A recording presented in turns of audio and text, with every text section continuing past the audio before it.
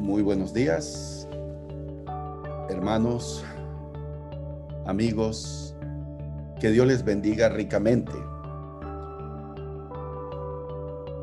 Estamos en este día del Señor para empezar la serie de mensajes Parábolas de Jesús. El mensaje de hoy, la parábola de el rico tonto. Pido especialmente a los jóvenes, estoy pensando siempre cuando preparo un mensaje, que el mensaje que vaya yo a presentar tenga sentido, tenga relevancia para toda la audiencia y particularmente para los más jóvenes de entre nosotros. Estoy pensando, por ejemplo, en Luis Alberto Bernal. Estoy pensando en Johan, por ejemplo. Y así en los más jóvenes de entre nuestra congregación, pero también en los más adultos. Y yo ruego, jóvenes, no se desconecten inmediatamente al iniciar este servidor a predicar, pensando de que este mensaje no es para ustedes, porque alguno dirá, y ahora también me refiero a los adultos, bueno, la parábola de el rico tonto, esa no es para mí ese mensaje, porque yo ni soy rico ni soy tonto. Sería una manera prejuiciada de escuchar el mensaje.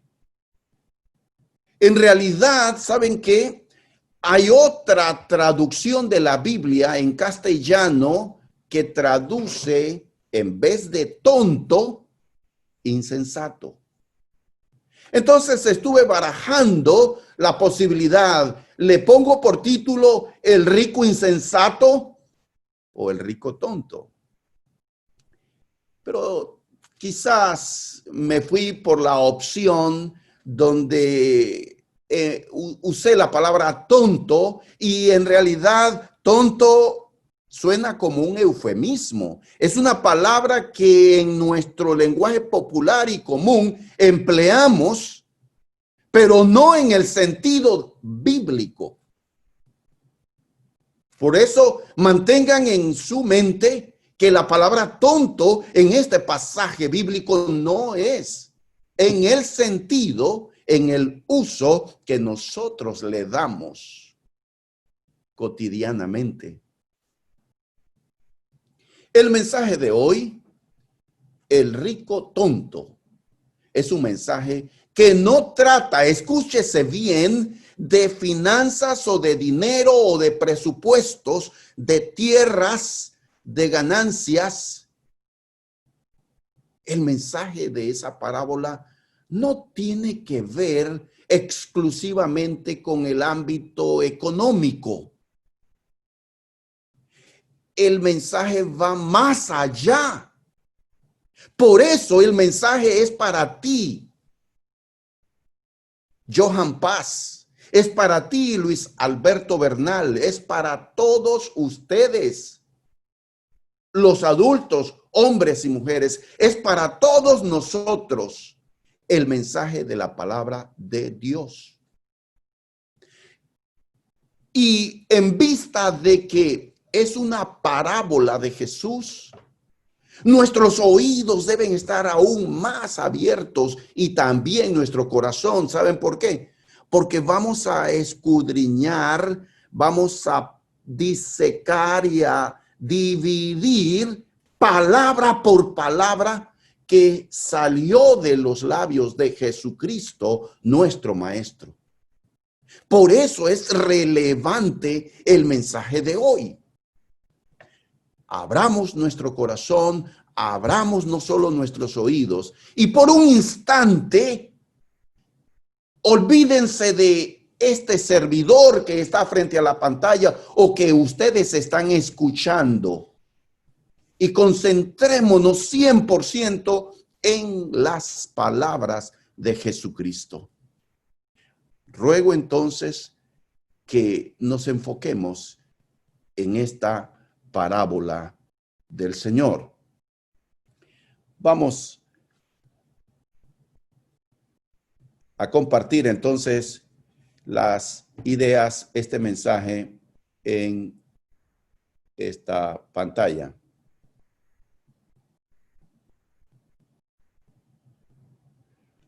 Muy bien. Ok.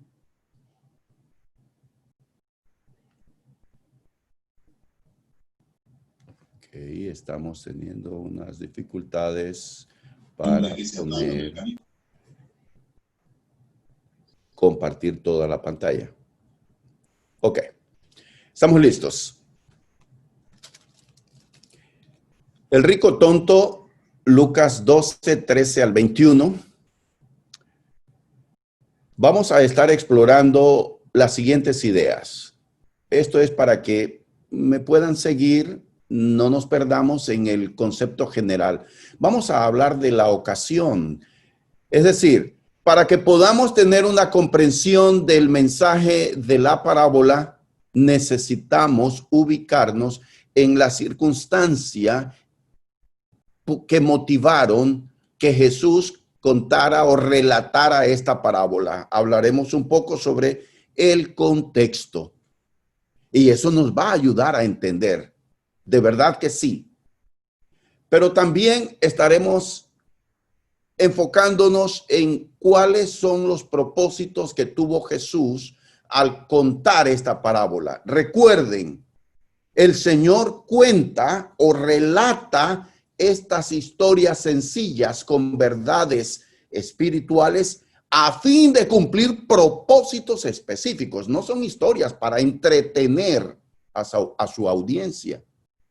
Entonces también vamos a memorizar, si es posible, la parábola. Vamos a relatar y a recontar por lo menos 2 veces en este mensaje la parábola y se va a grabar, les aseguro, en nuestro corazón la misma parábola, el contenido, el relato. Entonces también estaremos profundizando en las cosas que el rico olvidó.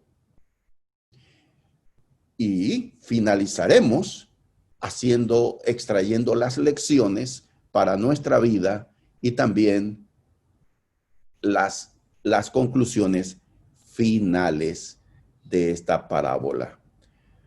Comenzamos entonces con el contexto. Lucas 12:1. ¿Tienen su Biblia abierta? Lucas 12:1. Si no, en la pantalla también estaré compartiendo las ideas. Dice en la primera parte de este versículo, en esto, juntándose por millares la multitud, tanto que unos a otros se atropellaban. Otra versión dice que se reunieron miles de miles. Es decir, estamos viendo una época en el ministerio de Jesús de popularidad, pero nosotros sabemos que a Jesús no le quitaba el sueño, la popularidad, ni se interesaba en recibir reconocimiento de parte de la gente. Él no vino como una superestrella, él vino para ser salvador del mundo.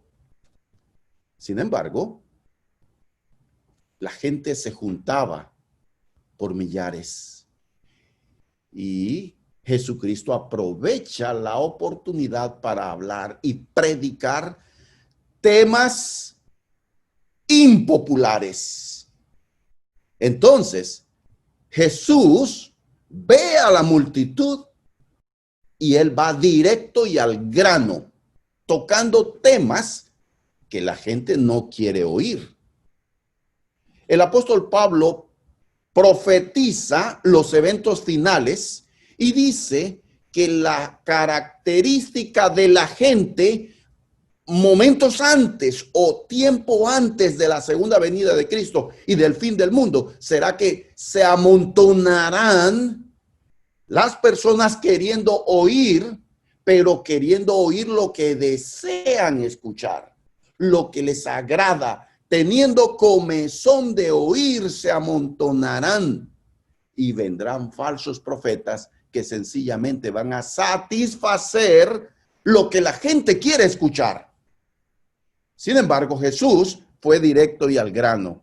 Por ejemplo, dice allí mismo en el versículo 1, Lucas 12:1, en la segunda parte del versículo, Jesús comenzó a hablar dirigiéndose primero a sus discípulos. Cuidado de la hipocresía. Cuídense de la levadura de los fariseos. Y hablaba allí de la hipocresía. Le dice a sus discípulos, no aparenten lo que ustedes no son. Sean genuinos y reales. Sean auténticos. Se refirió a sus discípulos. Pero también en el versículo 4 se refiere a toda la multitud. Dice Lucas 12:4, a ustedes mis amigos les digo que no teman a los que matan el cuerpo y nada más pueden hacer. Teman a Dios. Entonces allí habla de temerle a Dios. Hay gente que le teme más a los demás que a Dios. Porque a Dios no lo ven y piensan equivocadamente que como no está allí y no lo vemos con nuestros ojos físicos, Dios no existe y no hay temor de Dios. No teman a los que matan el cuerpo, teman a Dios. Se refirió a la multitud. Pero en el versículo 7 él continúa desarrollando una serie de temas y dice, ustedes valen mucho más que los gorriones. Allí en el pasaje dice que no se venden 5 pajarillos por un par de moneditas. En el mercado se podía ir y se compraban 5 gorriones por unas moneditas. Para la gente en los tiempos de Jesús, así como hoy en día, para muchas personas los animales no valen. Pero para Dios valen. Dios cuida de su creación. Y si Dios cuida de su creación, dice Jesús, ustedes valen mucho más que los animales. Para Dios, Dios se preocupa por los animales, pero más también por ustedes, porque nosotros fuimos hechos a imagen y semejanza de Dios. Qué ironía, ¿verdad? Jesús está presentándonos un evangelio y un mensaje completamente distinto a lo que piensa el mundo. Este mundo está patas para arriba y los conceptos están torcidos y equivocados porque para muchas personas los animales valen más que los seres humanos y hay una ola, una idea generalizada en nuestra sociedad que ha sido importada de otras culturas. Y es el amor por las mascotas, un amor que excede el amor al ser humano. La gente quiere más a las mascotas que a un ser humano. Hay gente que está dedicada 100% con una pasión exagerada por los animales. Y no estoy diciendo que no debemos proteger a los animales. Estoy diciendo que todo debe ser en su justa dimensión y en su balance. Jesús dice a la gente, ustedes para Dios valen más que los animales. Y sigue Jesús diciendo a sus discípulos, miren, cuando sean apresados y perseguidos por mi causa, no se preocupen porque Dios va a estar con ustedes.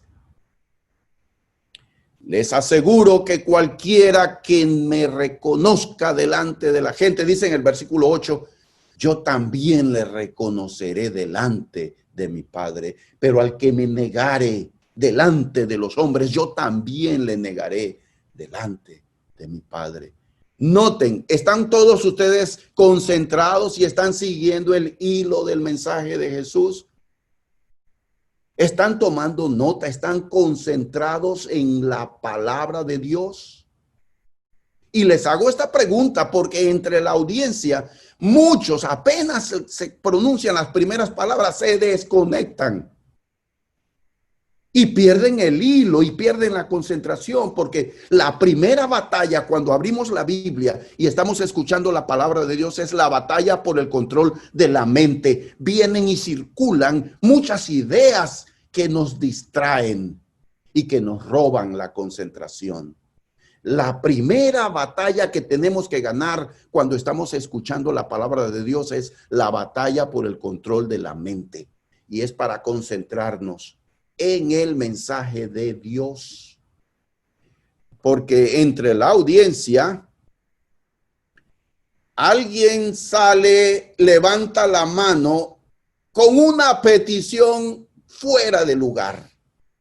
Noten esto, Jesús viene desarrollando temas espirituales profundos que hablan del carácter del hombre, de la fe en Dios, pero alguien levanta la mano y entonces le dice, es interrumpido con una petición fuera de lugar. Un hombre le pide ayuda para solucionar una disputa familiar. Es decir, noten esto, noten esto. Dice el 12:13, uno de entre la multitud le pidió, maestro, dile a mi hermano que comparta la herencia conmigo. Hombre, replicó Jesús, ¿quién me nombró a mí juez o árbitro entre ustedes? Versículo 15, tengan cuidado, advirtió a la gente, absténganse de toda avaricia. La vida de una persona no depende de la abundancia de sus bienes. Noten esto. Está Jesús en lo más bueno de la predicación, profundamente concentrado, desarrollando, y de repente sale una persona que quiere que Jesús convierta ese momento y ese lugar y esa reunión en caso cerrado. Quiere que Jesús inicie un programa semejante al estilo de la corte del pueblo, donde la gente, y noten esto, la gente va y saca los trapos sucios delante de millones de personas. No pierden la dignidad. Y los productores de esos programas, tales como Caso Cerrado, se frotan las manos jugando con la dignidad del ser humano, que exponen delante de todos intimidades y cosas vergonzosas. Pero ellos, los productores y los que hacen esos programas, lo hacen, sabemos, por el dinero. Mucho cuidado con lo que vemos, porque de lo que vemos nos estamos alimentando y de eso se está nutriendo nuestra alma. Jesús es interrumpido con una petición inusual. Es como cuando uno hace una invitación al arrepentimiento y el que pasa adelante y uno le dice, ¿cuál es su propósito de estar aquí? ¿Qué desea que oremos? Y dice, oren por mi vecino. Oren por la enfermedad de mi papá o de mi mamá. Oren por mi salud física. Es algo fuera de lugar. Se ve que no hay una concentración en el tema. Esta persona está entre la audiencia, levanta su mano y entonces los demás dirían, oh, va a preguntar algo sobre lo que acaba de escuchar. O va a decir, Señor, ayúdame, que yo le temo a la gente y no le temo a Dios. Ayúdame a temer a Dios. Ayúdame a confiar o ayúdame a creer que yo valgo más que los animales. Ayúdame a seguirte. ¿Cómo puedo honrarte? ¿Cómo puedo ser un hijo de Dios? No, pero esta persona se salió fuera de contexto en su petición. Estaba desenfocado. Jesús responde. Yo quiero que noten, escuchen bien, les dije al inicio de este mensaje que vamos a estar disecando, dividiendo y partiendo palabra por palabra, frase por frase, porque queremos ir al fondo. Y Jesús responde a la petición, no con la petición que está haciendo esta persona exactamente, pero sí le da una respuesta. Y Jesús dice en el versículo 15 una sentencia, una frase que nuestro mensaje podría únicamente desarrollarse solo en este versículo 15, Lucas 12:15, y tenemos material abundante para un mensaje extenso. Tengan cuidado, advirtió a la gente, absténganse de toda avaricia. La vida de una persona no depende de la abundancia de sus bienes. Voy a volver a esta frase un poco más adelante. Pero deseo volver al punto que estaba resaltando, y es que vinieron ante Jesús multitudes de personas con propósitos equivocados. Por ejemplo, cuando él alimentó a los 5,000, él se retiró a orar, pasó la noche orando, al día siguiente se fue a otro lado y la gente lo siguió. Y entonces, ¿qué resulta? La gente siguió a Jesús porque se habían alimentado gratuitamente y querían más comida. Otras personas vinieron ante Jesús para criticarlo. Ellos llegaron para escuchar y oír alguna palabra fuera de lugar, alguna doctrina falsa. Llegaron solo para criticar. Otros también llegaron para ser entretenidos y simplemente decían al final, o estaban maravillados y decían, jamás hombre alguno ha hablado. Este habla diferente a los maestros, los fariseos, porque él habla con autoridad. Sencillamente estaban evaluando la oratoria, la profundidad con que hablaba Jesús. Era una audiencia solo para oír nada más. Pero también llegaron otros para ser sanados de diversas enfermedades y muchos se retiraban sin agradecerle porque buscaban un interés físico. ¿Y tú, por qué has venido? ¿Por qué estoy yo formando parte de la iglesia? Ahora, volviendo a la pregunta de este hombre o de esta persona de la audiencia sobre el dinero. ¿Saben qué? Jesús habló bastante sobre el dinero. La Biblia en realidad habla mucho del dinero, de cómo ganarlo, cómo gastarlo y cuál debe ser nuestra actitud hacia el dinero. Mucha gente cuando tiene en las manos el dinero se refieren a el dinero diciendo el bill metal. En realidad, los billetes son simplemente billetes, papel. No tiene ningún poder maléfico o malvado en sí. Las monedas son una aleación de diferentes metales, puede ser cobre, plata. No tienen ningún valor, ningún poder. Lo que nosotros hacemos de ellos, nuestras decisiones, es lo que es maligno. Entonces, nosotros tenemos que ver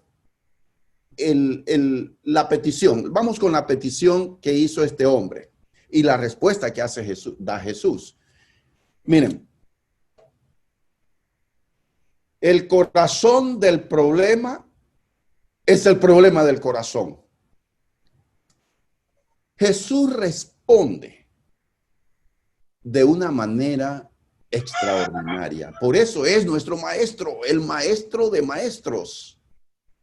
La respuesta de Jesús es de que el corazón del problema de este hombre que estaba pidiendo que Jesús interviniera en este conflicto de herencia, el corazón de ese problema era el problema del corazón, es decir, lo que había en el corazón de esta persona. Y solo Jesús puede ver lo que hay en el corazón del individuo. Y entonces da una advertencia. Absténganse de toda avaricia. La avaricia algunas veces es confundida con la codicia. Noten esto, en la Biblia aparece la codicia como uno de los 10 mandamientos. Allí en Éxodo capítulo 20, ustedes lo pueden ver. uno de los 10 mandamientos, la codicia. Y dice, no codiciarás la mujer de tu prójimo, no codiciarás el asno de tu prójimo, el terreno. La codicia tiene que ver con desear cualquier bien, cualquier cosa. Pero la avaricia, y Jesús dice, absténganse de toda avaricia. Noten esto. La avaricia tiene muchas formas de manifestarse. Y la avaricia es esa hambre insaciable de tener y de poseer riquezas. Escuchen bien, el avaro es alguien que tiene una obsesión por el dinero. Noten esto, la avaricia es esa pasión para tener y tener en el banco o tener y tener guardado en la casa. Y el avaro no gasta ni siquiera en sí mismo, ni para sus propias necesidades básicas o fundamentales, porque su satisfacción es ver que va creciendo su fortuna. Eso es avaricia. Hay muchas historias que hemos escuchado, que por ejemplo, se murió una ancianita que los vecinos le llevaban comida, y que hay veces salía con una ropa andrajosa, y cuando llegan los vecinos de buen corazón a limpiar la casa, quedan sorprendidos que había mucho dinero debajo del colchón. Hay algunas personas que el dinero en realidad no es un problema. Y eso es fantástico, qué bien, que el dinero no es un problema para ellos. Pero para la mayoría, el dinero es un problema. Y entonces Jesús dice, absténganse de toda avaricia. La gente quiere que Jesús les resuelva sus problemas, pero la gente no se interesa en resolver el problema del corazón. ¿Y saben qué? Por ahí escuché un refrán o leí un refrán o una frase, un pensamiento que dice, todos quieren cambiar al mundo entero, pero nadie piensa en cambiarse a sí mismo. Cuando tenemos dificultades y problemas matrimoniales o problemas de todo tipo, lo primero que nosotros señalamos es a los demás. Es que él o es que ella, pero nunca estamos señalándonos a nosotros mismos. Y yo creo que es uno de los puntos principales de esta parábola. Que veamos nuestro corazón y cuáles son nuestras intenciones y qué es lo que perseguimos en la vida, qué es el motor detrás de nuestras acciones, cuáles son nuestras intenciones. Los problemas de la vida comienzan a resolverse cuando nosotros estamos dispuestos a que Dios nos cambie, cuando nosotros estamos viéndonos a nosotros mismos primero. La vida de un hombre no consiste en la abundancia de sus bienes. Palabra de Jesucristo. Jesús nos invita a que hagamos una redefinición de qué es vivir. ¿Qué es? ¿Cuál es el máximo o el bien supremo que yo debo perseguir en esta vida? Recuerden que hay todo un libro en el Antiguo Testamento dedicado a este tema, y es el libro de Eclesiastés. Y es Salomón, el hombre que escribe su experiencia en la búsqueda del sentido y el propósito máximo para vivir. Y él al final, en Eclesiastés, en el capítulo 12, Salomón concluye, el fin de todo el discurso oído es este: teme a Dios y guarda sus mandamientos, porque esto es el todo del hombre. La vida de un hombre no consiste en la abundancia de sus bienes. Olvídense de ese refrán, como te ven, así te tratan. Eso es lo que el mundo dice. Lo que tienes, a sí mismo te juzgan. Jesús dice, esos son conceptos mundanos. Es hora de redefinir qué creemos y qué entendemos por vivir. Jesús da una razón por la que debemos escuchar la advertencia absténganse de toda avaricia, dice Jesús. Continuamos entonces con nuestro tema. Ahora, fuimos hechos por Dios para vivir en comunión con Él. Y la pregunta es, que te hago a ti, Daniel Salinas, ¿cuál es tu propósito en la vida? ¿Cuál es el propósito que Dios establece para nosotros? Romanos 1:21 dice que dos pecados comunes de la humanidad son: a pesar de haber conocido a Dios, no lo glorificaron como a Dios ni le dieron gracias. 1, no honrar a Dios. Y 2, no darle gracias a Dios. En la parábola del rico insensato, Lucas 12:13-21, notamos esto y hacemos un repaso. El rico de la parábola tiene un buen problema. La tierra le produjo abundante, 100 por 1. El rico se preocupa por la falta de espacio. No tiene ni siquiera un día ni es suficiente para gastar todo lo que tiene. Y el rico consulta consigo mismo. Noten esto, ¿qué hay de extraño en esto? El rico consulta consigo mismo. Está ensimismado. Es una persona que solo piensa en sí mismo. Esto haré. Él cree que él tiene el control de todo. Diré a mi alma, come, bebe, regocíjate. Una fórmula mundana para vivir la tenemos aquí. Una fórmula, una filosofía de vida. La vida es para comer, beber, regocijarnos, vivir en deleites. Y Dios le dice, necio. De allí, en Lucas 12:30 y en el 31, encontramos por qué en la parábola se le llama necio o insensato. Ahora, preguntamos también, o decimos, cosas que el rico se olvida. Él se olvida de honrar a Dios y de agradecer a Dios. El rico se olvida del prójimo. Él no piensa ni habla en distribuir o compartir. Él se olvida de que la vida no solo se llena y se satisface con bienes materiales, que tenemos necesidades emocionales y espirituales. El rico se olvida de la verdadera fuente del gozo. El rico se olvida de hacer planes para la eternidad. Él está haciendo planes para su vida aquí en la tierra, pero no toma en cuenta a Dios en su vida. ¿Saben qué? Ese es el problema de muchos profesionales, de la mayoría de gente. Logran superar y alcanzar grandes metas personales y profesionales, pero son un desastre en sus vidas personales. Destruyen sus matrimonios y sus vidas. No saben cómo manejar la vida, porque se olvidan y sacan de la ecuación y de la fórmula para el éxito, sacan lo principal, que es Dios.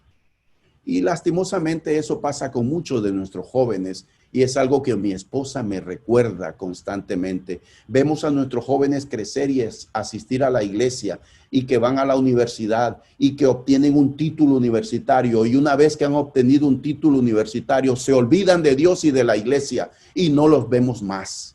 Y entonces nos preguntamos, ¿por qué hay pocos profesionales en nuestras iglesias? Y es porque nuestros jóvenes se olvidan de Dios.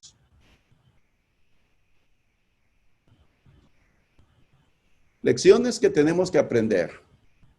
Debemos vivir de tal manera que no olvidemos que vamos a morir y que seremos juzgados por Dios. Hebreos 9:27. Está establecido para los hombres que mueran una sola vez y después de esto el juicio.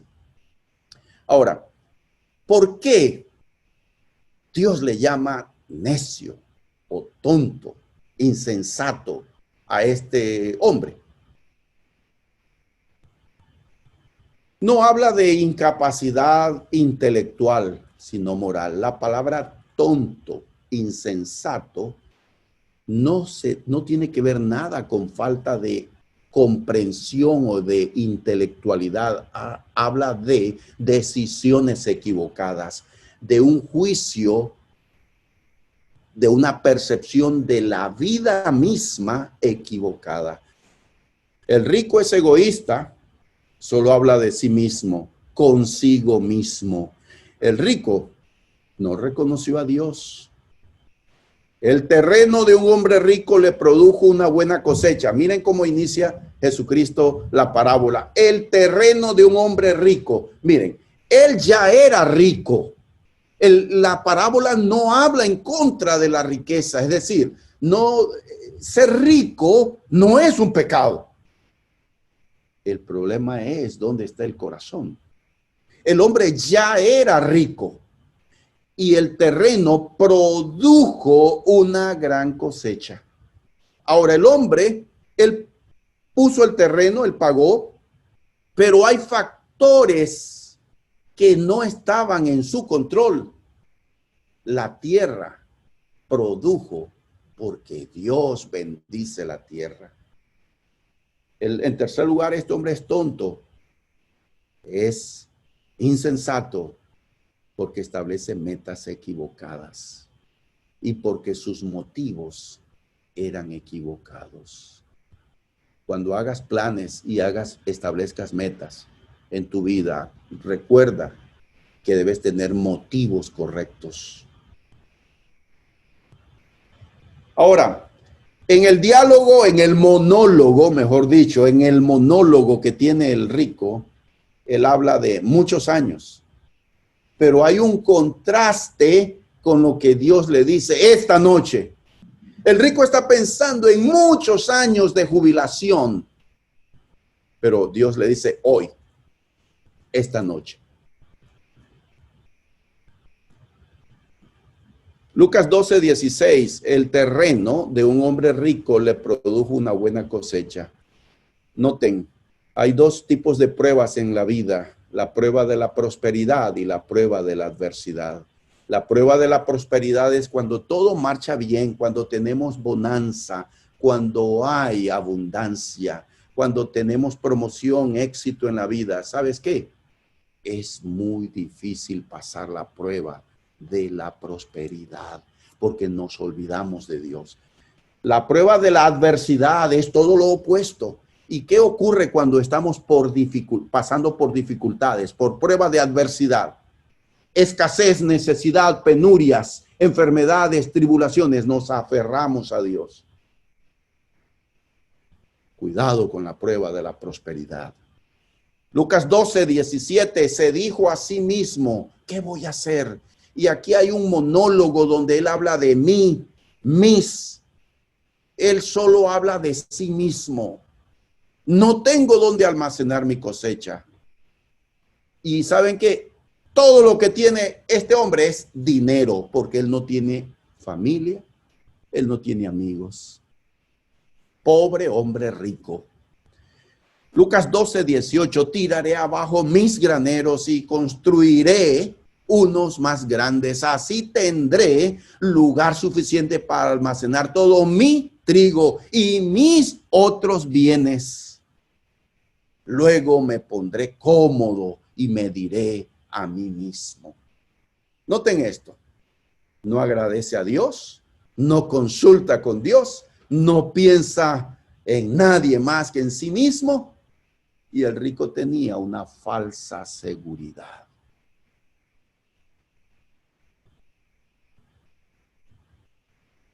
La reflexión final en Lucas 12:20 y 21. Pero Dios le dijo, necio, vas a morir esta misma noche. ¿Y quién se quedará con todo aquello por lo que has trabajado?